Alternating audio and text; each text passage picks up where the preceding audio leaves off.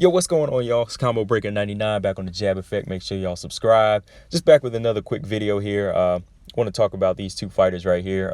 As you know, Sergiy Derevyanchenko, he is the #1 mandatory. He was named the #1 mandatory for Jermall Charlo's WBC title. And, I just want to talk a little bit about this matchup and, what it means for the middleweight division and for both of these fighters. First off, I just got to say that this is a solid matchup. This is like an A matchup for the middleweight division and for somebody on Jermall Charlo's resume, as well as Sergiy Derevyanchenko. Because right now, Sergiy Derevyanchenko, I really felt like, he's one of the toughest non-title holders in the division. And in my opinion, he was able to beat Triple G, which they didn't give him the decision in that last fight he had. And before that, he gave Danny Jacobs a pretty tough fight. Danny Jacobs was able to beat him by, it was like a split decision.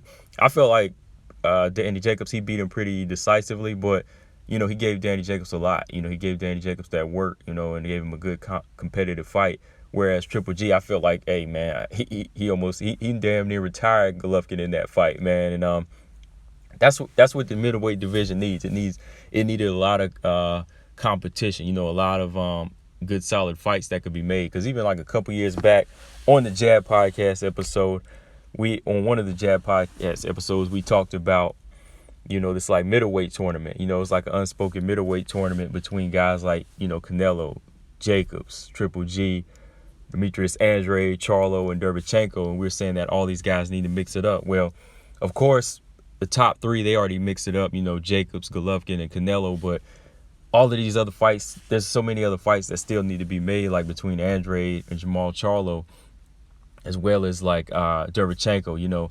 He's got fights with Jacobs and Golovkin, but he hasn't mixed it up with some of these other younger cats to kind of give them a test.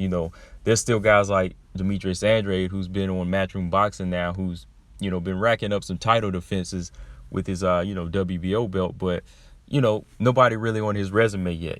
They still need to make a big fight for him, as well as Jermall Charlo. There was rumors that Eddie Hearn had offered Jermall Charlo like a one-fight deal to fight either, I think it was either Andrade or Canelo, but I don't know much on that. Like, I still need to kind of do research, find out if that was really true.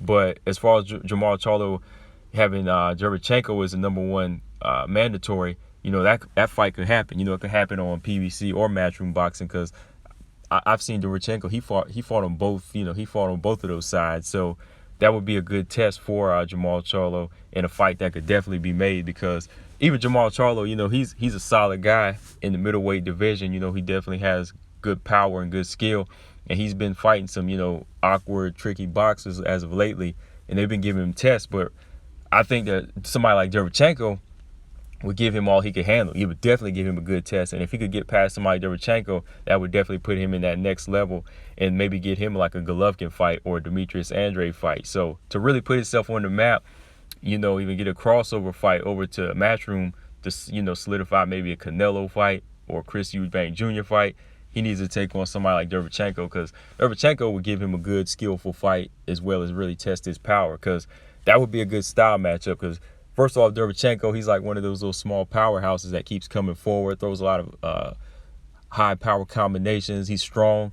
He's almost like a little, Holyfield in there, the way he's kind of going down to the body and then going back up to the head and kind of spinning out and kind of rushing you and, setting up his counters.